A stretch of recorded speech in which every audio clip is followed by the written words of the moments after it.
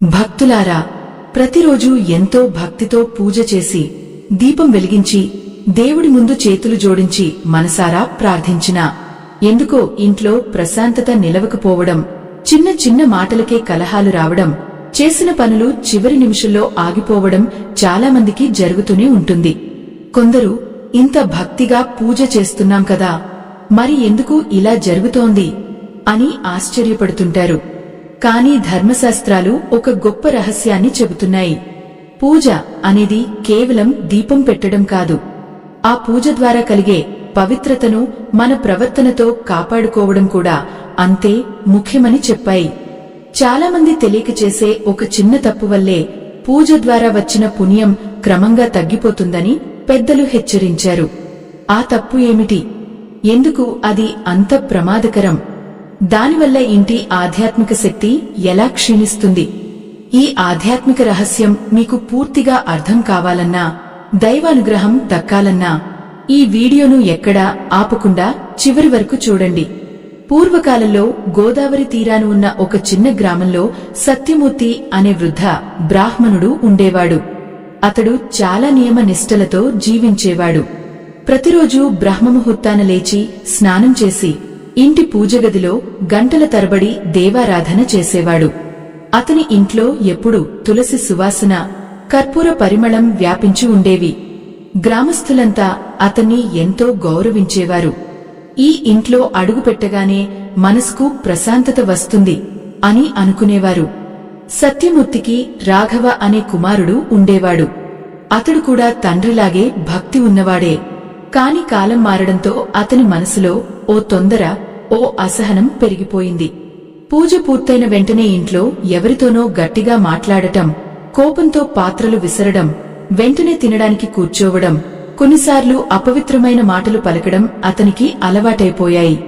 తండ్రి పలుమార్లు హెచ్చరించినా అతడు నవ్వేసేవాడు. ఒకరోజు సత్యమూర్తి తన కుమారుడిని పక్కకు పిలిచి ఇలా అన్నాడు: రాఘవా, పూజ అనేది ఒక పవిత్ర యజ్ఞం లాంటిది. యజ్ఞం ముగిసిన వెంటనే అశాంతి కలిగించే పనులు చేస్తే ఆ యజ్ఞఫలం క్రమంగా తగ్గిపోతుంది. పూజ తర్వాత మనసు ప్రశాంతంగా ఉండాలి, మాటలు మృదువుగా ఉండాలి. అప్పుడే దేవతాశక్తి ఇంట్లో నిలుస్తుంది. కాని రాఘవకు ఆ మాటల లోతు అర్థం కాలేదు. పూజ చేశాం కదా, అంతే చాలు. దేవుడు మన మనసు చూస్తాడుగాని తర్వాత ఏం చేశామనేది ఎందుకు పట్టించుకుంటాడు అని అనుకున్నాడు. ధర్మశాస్త్రాలలో ఒక మాట ఉంది: పూజానంతర శౌచమే పుణ్యరక్షణ. అంటే పూజ చేసిన తర్వాత మన ప్రవర్తనే ఆ పుణ్యాన్ని కాపాడుతుంది అని అర్థం. దీపం వెలిగించిన వెంటనే కోపంతో అరవడం, అపవిత్రమైన పనులు చేయడం, ఇతరులను అవమానించడం, ఇవన్నీ పూజ ద్వారా వచ్చిన సాత్విక శక్తిని క్రమంగా తగ్గిస్తాయని ఆచార్యులు చెప్పారు. ఒక సాయంత్రం గ్రామంలో పెద్ద ఉత్సవం జరిగింది. అందరూ దేవాలయానికి వెళ్లారు. రాఘవ కూడా ఇంట్లో ఎంతో భక్తిగా లక్ష్మీనారాయణ పూజ చేశాడు. కాని పూజ పూర్తవగానే అతనికి వ్యాపారంలో జరిగిన చిన్న నష్టం గుర్తుకు వచ్చింది. వెంటనే కోపంతో సేవకుడిపై గట్టిగా అరిచాడు. ఇంట్లో ఉన్న పాత్రలను బలంగా నేలపై పడేశాడు. అతని మాటలు అంత కఠినంగా ఉండటంతో ఇంట్లో ఉన్న చిన్న పిల్లలు కూడా భయంతో వణికిపోయారు. ఆ రాత్రి సత్యమూర్తి నిశ్శబ్దంగా పూజగదిలో కూర్చున్నాడు. దీపం మసకబారుతూ ఉండగా అతని కళ్లలో బాధ కనిపించింది. దీపం వెలిగించి వెంటనే చీకటిని పిలుచుకుంటే ఆ వెలుగు నిలవదు అని అతడు నెమ్మదిగా అన్నాడు. మరుసటి రోజు నుంచి ఆ ఇంట్లో విచిత్రమైన మార్పులు మొదలయ్యాయి. ఎప్పుడూ ప్రశాంతంగా ఉండే ఆ గుహల్లో చిన్న చిన్న గొడవలు మొదలయ్యాయి. రాఘవ చేసే పనులు చివరి నిమిషంలో ఆగిపోవడం మొదలైంది. ఇంట్లోకి వచ్చిన ధనం అనుకోని ఖర్చులతో వెంటనే పోతుండేది. పూజలు చేస్తున్నా ఫలితం మాత్రం కనిపించలేదు. అప్పుడు సత్యమూర్తి ఒక పాత కథ చెప్పాడు. త్రేతాయుగంలో ఒక మహారాజు ప్రతిరోజూ మహావిష్ణువును ఆరాధించేవాడు. కాని పూజ పూర్తయ్యాక కోపంతో తన సేవకులను అవమానించేవాడు. ఒకరోజు మహర్షి అతనితో ఇలా అన్నాడు: నీవు పూజతో దేవుడిని ఆహ్వానిస్తున్నావు, కాని వెంటనే కోపంతో ఆ దేవతాశక్తిని దూరం పంపిస్తున్నావు. ఆ రోజు నుంచి రాజు తన ప్రవర్తన మార్చుకున్నాడు. కొద్ది రోజుల్లోనే అతని రాజ్యంలో శాంతి తిరిగి వచ్చింది. నోరు మంచిదైతే ఊరు మంచిది అనే తెలుగు సామెత కేవలం మనుషులకే కాదు, దేవతాశక్తికి వర్తిస్తుంది. పూజ తర్వాత పలికే ప్రతి మాట కూడా ఒక మంత్రంలా పనిచేస్తుందని పెద్దలు చెప్పారు. ఆ మాటలు విన్న రాఘవ మనసులో ఏదో కదిలింది. కాని అతనికి ఇంకా పూర్తిగా అర్థం కాలేదు. పూజ తర్వాత నేను చేసే చిన్న తప్పులే నిజంగా నా జీవితాన్ని ఇంతగా ప్రభావితం చేస్తున్నాయా అనే సందేహం అతని హృదయంలో మొదటిసారి మేల్కొంది. ఆ రోజు సాయంత్రం రాఘవ చాలా నిశ్శబ్దంగా పూజగదిలో కూర్చున్నాడు. ముందు మాదిరిగా తొందరగా లేచి వెళ్లిపోలేదు. దీపం మెల్లగా వెలుగుతుండగా, అగరుబత్తి పరిమళం ఇంటంతా వ్యాపిస్తుండగా తండ్రి చెప్పిన మాటలు అతని మనసులో మళ్లీ మళ్లీ వినిపించాయి. పూజతో దేవుడిని ఆహ్వానించి వెంటనే కోపంతో ఆ శక్తిని బయటకు పంపిస్తున్నావు. అతడు తొలిసారి తన జీవితాన్ని వెనక్కి తిరిగి చూసుకున్నాడు. నిజంగానే ప్రతి పూజ తర్వాత ఏదో ఒక కలహం జరిగేది. కొన్నిసార్లు ఫోనులో గట్టిగా మాట్లాడేవాడు, కొన్నిసార్లు భోజనం విషయంలో అసహనం చూపించేవాడు, ఇంకొన్నిసార్లు ఇంట్లో ఎవరో చిన్న తప్పు చేసినా తీవ్రంగా మందలించేవాడు. పూజ చేసిన వెంటనే ఆవేశం రావడం అతనికి సహజంగా మారిపోయింది. ఆ రాత్రి సత్యమూర్తి తన కుమారుడిని పిలిచి పూజగదిలోని పాత రాతిపీఠం దగ్గర కూర్చోబెట్టాడు. రాఘవా అని మృదువుగా అన్నాడు, మన శరీరానికి స్నానం ఎంత అవసరమో మనసుకు పవిత్రత అంతకంటే ఎక్కువ అవసరం. పూజ అంటే మనసును పవిత్రంగా మార్చే సాధన. కాని పూజ పూర్తయిన వెంటనే కోపం, అహంకారం, అసహనం వస్తే ఆ పవిత్రత చెల్లాచెదురైపోతుంది. అతడు ఒక చిన్న ఉదాహరణ చెప్పాడు. నువ్వు ఒక పాత్రలో పవిత్ర గంగాజలం నింపి ఉంచావనుకో, కాని వెంటనే అందులో మట్టిని కలిపేస్తే ఆ నీరు పవిత్రంగా ఉంటుందా? అలాగే పూజతో వచ్చిన సాత్విక శక్తిలో కోపం కలిస్తే ఆ ప్రభావం తగ్గిపోతుంది. ఆ మాటలు విన్న రాఘవ మౌనంగా తలదించుకున్నాడు. అప్పుడే బయటనుంచి ఒక వృద్ధ సన్యాసి వారి ఇంటి ముందుకు వచ్చాడు. అతడిని చూసి సత్యమూర్తి వెంటనే నమస్కరించి లోపలికి ఆహ్వానించాడు. ఆ సన్యాసి ముఖంలో ఒక ప్రశాంతమైన కాంతి కనిపించింది. అతడు ఇంట్లో అడుగుపెట్టగానే పూజగదిలో కొద్దిసేపు కళ్లు మూసుకుని నిలబడ్డాడు. ఈ ఇంట్లో పూజ శక్తి ఉంది అని సన్యాసి అన్నాడు. కాని ఆ శక్తి నిలవడం లేదు. రాఘవ ఆశ్చర్యంతో అతని వైపు చూశాడు. సన్యాసి నెమ్మదిగా నవ్వి ఇలా అన్నాడు, పూజ తర్వాత మనిషి చేసే మొదటి పని అతని భవిష్యత్తును ప్రభావితం చేస్తుంది. పూజ పూర్తయిన వెంటనే కోపం వస్తే ఆ రోజు అంతా అశాంతి పెరుగుతుంది. ప్రేమతో మాట్లాడితే ఆ రోజు దేవతాశక్తి ఇంట్లో నిలుస్తుంది. తర్వాత అతడు ఒక పురాణగాథ చెప్పాడు. ద్వాపరయుగంలో అనఘుడు అనే ఒక గుహస్థుడు ఉండేవాడు. అతడు ప్రతిరోజు శ్రీకృష్ణునికి పూజ చేసేవాడు. కాని పూజ ముగిసిన వెంటనే తన సేవకులను అవమానించేవాడు.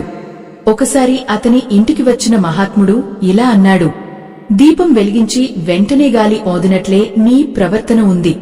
పూజతో కలిగే కాంతిని నీవే ఆర్పేస్తున్నావు. ఆ మాటలతో అనఘుడు మారిపోయాడు. పూజ తర్వాత ఒక గంటపాటు ఎవరికీ కఠినంగా మాట్లాడకూడదని సంకల్పం చేసుకున్నాడు. కొద్ది కాలానికే అతని ఇంట్లో కలహాలు తగ్గిపోయాయి. వ్యాపారంలో కూడా అనుకోని అభివృద్ధి వచ్చింది. సన్యాసి ఆ కథ ముగించి రాఘవ వైపు చూసి అన్నాడు, పూజ తర్వాత వెంటనే చేయకూడని పనులు 3 ఉన్నాయి. మొదటిది కోపంతో మాట్లాడటం, రెండవది ఇతరులను అవమానించడం, మూడవది అపవిత్రమైన ఆలోచనలకు మనసును అప్పగించడం. ఇవి పుణ్యాన్ని నెమ్మదిగా కరిగిస్తాయి. అయితే పూజ తర్వాత ఏమి చేయాలి స్వామీ అని రాఘవ వినయంగా అడిగాడు.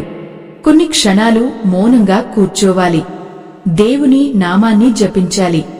ఇంట్లో ఉన్నవారితో మృదువుగా మాట్లాడాలి. ఆ సమయంలో మన మాటలు ఆశీర్వాదాల్లా ఉండాలి. అప్పుడు పూజ ద్వారా వచ్చిన శక్తి ఇంటంతా వ్యాపిస్తుంది. ఆ రాత్రి రాఘవ మొదటిసారి పూజ తర్వాత మౌనంగా కూర్చున్నాడు. అతడు తల్లితో ప్రేమగా మాట్లాడాడు. సేవకుడిని మందలించకుండా కృతజ్ఞతతో పలకరించాడు. ఆశ్చర్యంగా ఆ రోజు ఇంట్లో ఎలాంటి కలహం జరగలేదు. సత్యమూర్తి ముఖంలో చిన్న చిరునవ్వు కనిపించింది.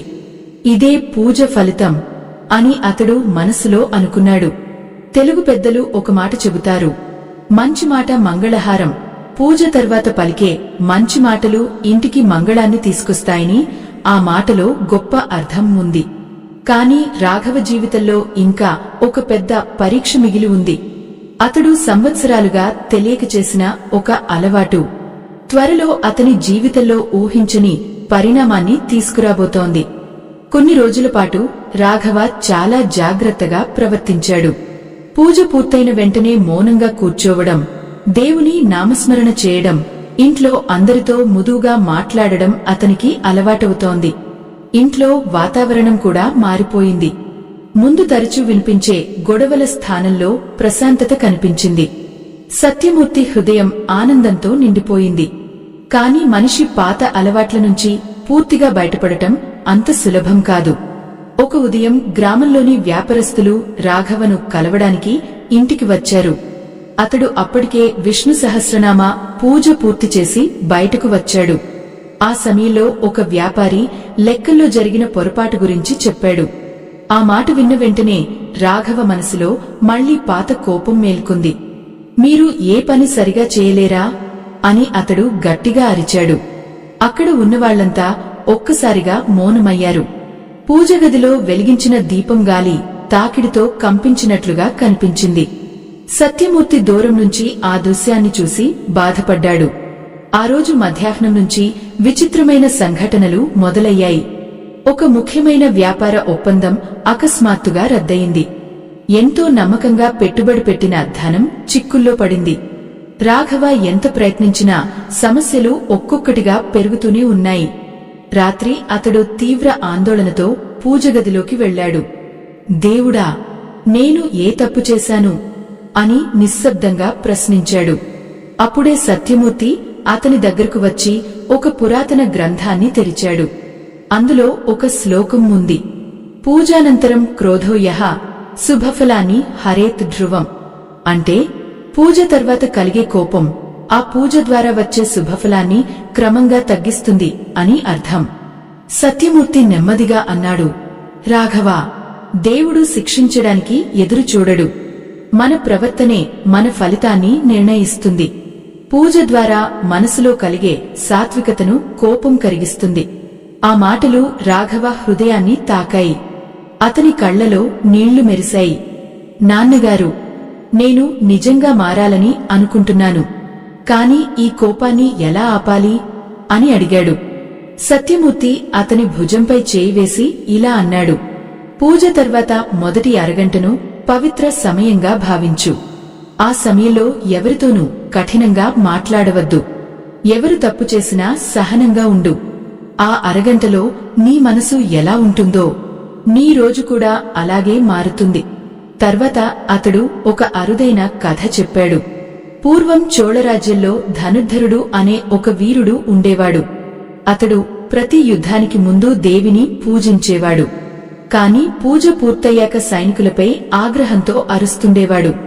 ఒకసారి ఓ మహర్షి అతడిని చూసి ఇలా అన్నాడు, నీవు దేవిని పూజిస్తున్నావు, కాని వెంటనే కోపంతో నీ హృదయంలోని ద్వారాన్ని మూసేస్తున్నావు. అప్పుడు దేవి కటాక్షం ఎలా నిలుస్తుంది?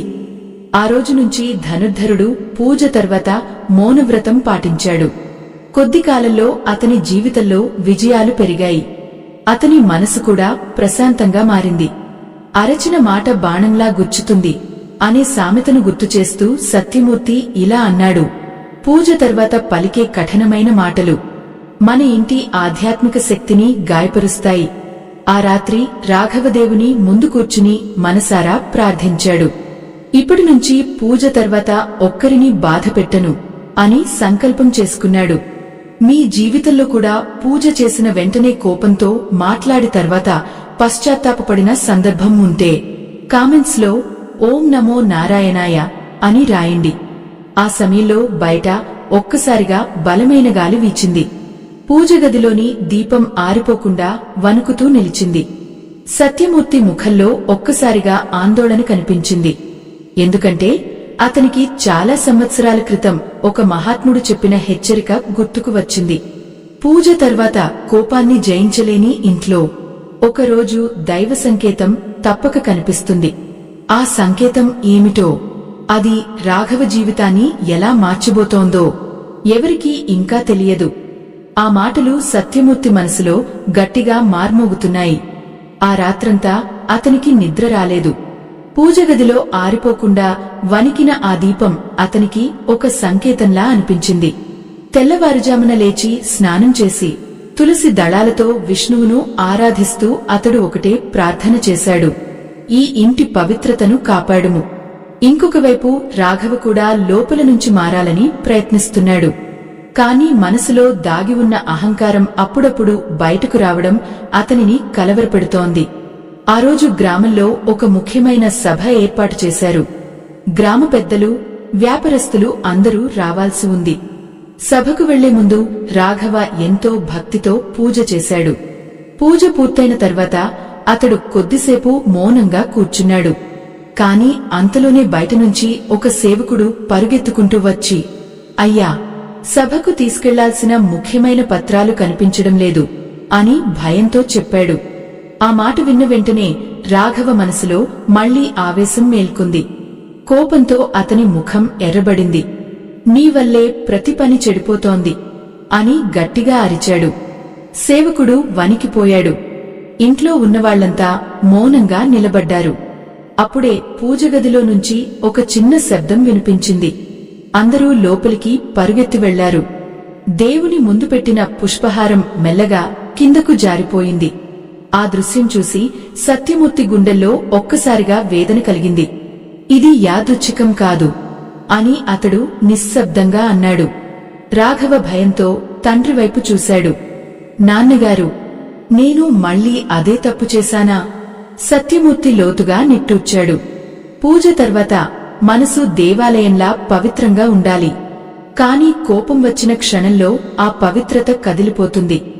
దేవుడు మనమీద కోపపడడు రాఘవా, కాని మనమే మన అదృష్టద్వారాన్ని మూసేస్తాం. ఆ రోజు సభలో కూడా రాఘవకు అవమానం ఎదురైంది. అతడు తీసుకెళ్లాల్సిన పత్రాలు చివరకు దొరికినా అప్పటికే ఆలస్యం అయిపోయింది. గ్రామ పెద్దలు అసంతృప్తిగా మాట్లాడుకున్నారు. ఇంటికి తిరిగి వస్తున్నప్పుడు రాఘవ మనసులో తీవ్ర బాధ మొదలైంది. రాత్రి అతడు ఒంటరిగా గ్రామం చివరనున్న పురాతన విష్ణు మందిరానికి వెళ్లాడు. అక్కడ ఒక వృద్ధ అర్చకుడు దీపారాధన చేస్తున్నాడు. ఆ కాంతి మధ్యలో నిలబడి రాఘవ తన మనసులోని బాధ అంతా చెప్పుకున్నాడు. అర్చకుడు శాంతంగా విని ఇలా అన్నాడు, పూజ అనేది దేవుడిని మన ఇంటికి ఆహ్వానించడం. కాని పూజ పూర్తయిన వెంటనే కోపంతో మాట్లాడితే ఆహ్వానించిన అతిథిని అవమానించినట్లవుతుంది. తర్వాత అతడు ఒక అద్భుతమైన ఉదాహరణ చెప్పాడు. పూర్వం ఒక భక్తురాలు ప్రతిరోజూ లక్ష్మీదేవిని ఆరాధించేది. కాని పూజ పూర్తయిన వెంటనే ఇంట్లో ఉన్నవారిని చిన్నచూపు చూసేది. ఒకరోజు ఆమెకు స్వప్నంలో లక్ష్మీదేవి దర్శనమిచ్చి ఇలా అన్నట్లు పురాణగాథ చెబుతుంది, నీవు నాకోసం దీపం వెలిగిస్తున్నావు, కాని నీ మాటలతో అదే దీపాన్ని ఆర్పేస్తున్నావు. ఆ కథ విన్న రాఘవ కళ్లలో నీళ్లు తిరిగాయి. అర్చకుడు మరింత ముదువుగా అన్నాడు, పూజ తర్వాత మొదటి మాట ఆశీర్వాదంగా ఉండాలి. మొదటి చూపు కరుణతో ఉండాలి. మొదటి ఆలోచన పవిత్రంగా ఉండాలి. అప్పుడు పుణ్యం పెరుగుతుంది. ఆ రాత్రి రాఘవ ఇంటికి వచ్చి సేవకుడి దగ్గరకు వెళ్లాడు. నన్ను క్షమించు అని వినయంగా అన్నాడు. ఆ మాట విన్న సేవకుడు ఆశ్చర్యపోయాడు. సత్యమూర్తి ముఖంలో ఎంతో కాలం తర్వాత నిజమైన ప్రశాంతత కనిపించింది. తప్పు తెలుసుకోవడం మొదటి పుణ్యం అని అతడు అన్నాడు. తెలుగు పెద్దలు ఒక మాట చెబుతారు, క్షమ ఉన్న చోటే లక్ష్మి నిలుస్తుంది. ఆ మాటలో గొప్ప సత్యం దాగి ఉంది. పూజ తర్వాత క్షమతో ప్రవర్తించే ఇంట్లో దేవతాశక్తి స్థిరపడుతుందని ఆచార్యులు చెప్పారు. ఈ ఆధ్యాత్మిక కథ మీ హృదయాన్ని తాకి ఉంటే మా ధార్మిక ప్రయాణానికి మీ ప్రేమను స్కానర్ ద్వారా ఆశీర్వాదంగా అందించవచ్చు. మీ సహాయం మరెందరికో ఇలాంటి ఆధ్యాత్మిక సందేశాలను చేరుస్తుంది. కాని ఆ రాత్రి అర్ధరాత్రి సమయంలో రాఘవ జీవితంలో మరో విచిత్ర సంఘటన జరగబోతోంది. అది అతని భక్తిని మాత్రమే కాదు, అతని ఆత్మవిశ్వాసాన్ని కూడా పూర్తిగా పరీక్షించబోతోంది. ఆ రాత్రి గ్రామమంతా నిశ్శబ్దంగా నిద్రలో మునిగిపోయింది. ఆకాశంలో మబ్బులు కమ్ముకుని చల్లని గాలి వీచుతోంది. ఇంట్లో అందరూ నిద్రపోయినా రాఘవకు మాత్రం నిద్ర రావడం లేదు. పూజ తర్వాత తన ప్రవర్తనను మార్చుకోవాలని సంకల్పించినప్పటినుంచి అతని మనసులో ఒక అంతర్మథనం మొదలైంది. నేను నిజంగా మారగలనా, లేక మళ్లీ అదే కోపం నన్ను ఓడిస్తుందా అనే ఆలోచనలు అతడిని వెంటాడుతున్నాయి. అతడు మెల్లగా పూజగదిలోకి వెళ్లాడు. అక్కడ దీపం ఇంకా చిన్న జ్యోతిలా వెలుగుతోంది. దేవుని ముందు కూర్చుని కళ్ళు మూసుకున్నాడు. కొద్దిసేపటికి అతనికి ఒక విచిత్రమైన ప్రశాంతత అనిపించింది. ఆ నిశ్శబ్దంలో తన హృదయ స్పందనే స్పష్టంగా వినిపిస్తోంది. అప్పుడే బయటనుంచి ఒక్కసారిగా గాలి బలంగా వీచింది. ఇంటి ముందు వేలాడుతున్న గంట స్వయంగా మోగింది. రాఘవ ఒక్కసారిగా కళ్ళు తెరిచాడు. ఆ శబ్దం విన్న సత్యమూర్తి కూడా అక్కడికి వచ్చాడు. నాన్నగారు, ఈ సమయంలో గంట ఎందుకు మోగింది అని రాఘవ ఆందోళనగా అడిగాడు. సత్యమూర్తి కొద్దిసేపు మౌనంగా నిలబడి ఇలా అన్నాడు. కొన్ని సంకేతాలు మనసును మేల్కొలిపేందుకు వస్తాయి. భయపడకు. నీలో మార్పు మొదలైంది కాబట్టే ఈ పరీక్షలు ఎదురవుతున్నాయి. అతడు రాఘవను పక్కన కూర్చోబెట్టి ఒక లోతైన సత్యాన్ని చెప్పాడు. మనిషి పూజ చేస్తే దేవుడు వెంటనే వరాలు ఇవ్వడు. ముందు అతని మనసును శుద్ధి చేస్తాడు. ఎందుకంటే అపవిత్రమైన పాత్రలో అమృతం పోసినా అది నిలవదు. ఆ మాటలు రాఘవ హృదయంలో మార్మోగాయి. తర్వాత సత్యమూర్తి ఒక అరుదైన గాథ చెప్పాడు. పూర్వం కేరళ ప్రాంతంలో మాధవదాసు అనే విష్ణు భక్తుడు ఉండేవాడు. అతడు ప్రతిరోజు గంటల తరబడి పూజ చేసేవాడు. కాని పూజ పూర్తయిన వెంటనే ఇంట్లో ఉన్నవారిపై అసహనం చూపించేవాడు. ఒకరోజు అతని గురువు ఇలా అన్నాడు. నీవు దేవుడి ముందు వంగుతున్నావు, కాని మనుషుల ముందు అహంకారంగా నిలుస్తున్నావు. అప్పుడు నీ పూజ ఎలా ఫలిస్తుంది? ఆ మాటలు విన్న మాధవదాసు తన జీవితాన్ని మార్చుకున్నాడు. పూజ తర్వాత ఒక గంటపాటు మౌనంగా ఉండటం ప్రారంభించాడు. ఎవరు కోపపెట్టినా చిరునవ్వుతో సమాధానం ఇచ్చేవాడు. కొద్ది రోజుల్లోనే అతని ఇంట్లో కలహాలు మాయమయ్యాయి. అతని మనసులో ఎన్నడూ లేని ఆనందం నిండిపోయింది. శాంతమే శ్రేష్టమైన తపస్సు అని సత్యమూర్తి నెమ్మదిగా అన్నాడు. పూజ తర్వాత వచ్చే శాంతిని కాపాడుకోగలిగినవాడే నిజమైన భక్తుడు. ఆ రాత్రి రాఘవదేవుని ముందు ఒక కొత్త సంకల్పం చేశాడు. ఇప్పటినుంచి పూజ పూర్తయిన తర్వాత నా మాటలు ఎవరికి బాధ కలిగించవు. నా కోపం వల్ల ఈ ఇంటి పవిత్రత దెబ్బతిననివ్వను అని మనసారా ప్రార్థించాడు. ఆ తర్వాతి కొన్ని రోజులు ఆశ్చర్యకరమైన మార్పులు కనిపించాయి. ఇంట్లో వాతావరణం ఎంతో ప్రశాంతంగా మారింది. ముందుగా తరచూ వచ్చే సమస్యలు తగ్గిపోయాయి. రాఘవ చేసే పనులు సాఫీగా పూర్తవుతున్నాయి. గ్రామస్థులు కూడా అతనిలో వచ్చిన మార్పును గమనించడం ప్రారంభించారు. ఒకరోజు సత్యమూర్తి ఆనందంగా అన్నాడు. ఇప్పుడు నీ పూజకు నిజమైన ఫలం రావడం మొదలైంది రాఘవ. రాఘవ వినయంగా తండ్రి పాదాలకు నమస్కరించాడు. నాన్నగారు, పూజ అంటే కేవలం మంత్రాలు కాదు అని ఇప్పుడు అర్థమైంది. మన ప్రవర్తనే అసలు పూజ అని తెలిసింది. సత్యమూర్తి చిరునవ్వుతో ఇలా అన్నాడు. దేవుడు దీపంలో మాత్రమే ఉండడు రాఘవ. మన మాటల్లో, మన సహనంలో, మన క్షమలో కూడా ఉంటాడు. ఆ సమయంలో ఒక్కసారిగా ఇంటి బయటనుంచి ఒక వృద్ధ సన్యాసి స్వరం వినిపించింది. ఈ ఇంటి పవిత్రత ఇప్పుడు మళ్లీ మేల్కొంది అని అతడు అన్నాడు.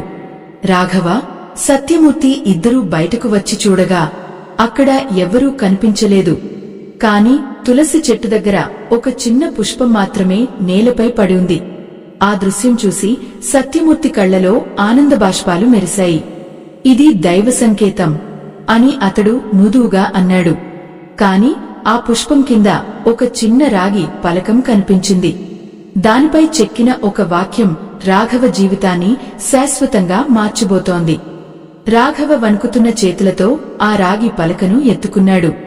చంద్రకాంతి తాకిడిలో దానిపై చెక్కిన అక్షరాలు మెల్లగా మెరిశాయి. పూజ ఫలం మాటల ద్వారా నిలుస్తుంది, కోపం ద్వారా కరిగిపోతుంది. ఆ ఒక్క వాక్యం చదివిన క్షణంలో రాఘవ హృదయం ఒక్కసారిగా కదిలిపోయింది. అతనికి గతంలో చేసిన ప్రతి తప్పు గుర్తుకు వచ్చింది. పూజ పూర్తయిన వెంటనే కోపంతో మాట్లాడిన సందర్భాలు, తన మాటల వల్ల బాధపడిన మనుషులు అన్నీ అతని మనసు ముందు ప్రత్యక్షమయ్యాయి. అతడు నిశ్శబ్దంగా నేలపై కూర్చున్నాడు. కళ్లలో నుంచి నీళ్లు జారాయి. సత్యమూర్తి దగ్గరకు వచ్చి అతని భుజంపై చేయి వేసి ఇలా అన్నాడు, రాఘవా, మనిషి తప్పు చేయడం సహజం. కాని ఆ తప్పును తెలుసుకుని మారడం దైవానుగ్రహం. ఆ రాత్రి ఇద్దరూ కలిసి పూజగదిలో దీపం ముందు కూర్చున్నారు. గాలి ఎంతో ప్రశాంతంగా ఉంది. తులసి పరిమళం ఇంటంతా వ్యాపించింది. రాఘవ మొదటిసారి తన హృదయంలో ఒక అపూర్వమైన నిశ్చలతను అనుభవించాడు. తర్వాత సత్యమూర్తి చివరిసారిగా ఒక గొప్ప గాథ చెప్పాడు.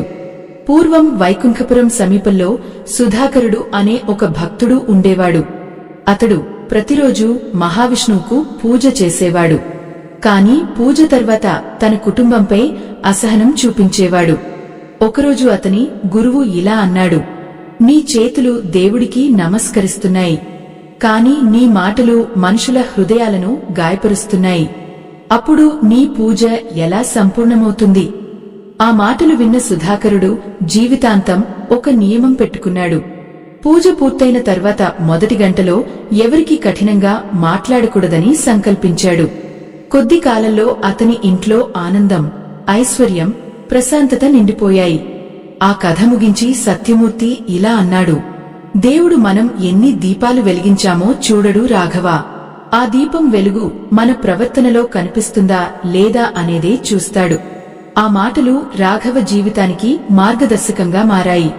ఆ రోజు నుంచి అతడు ఒక కొత్త నియమాన్ని ప్రారంభించాడు.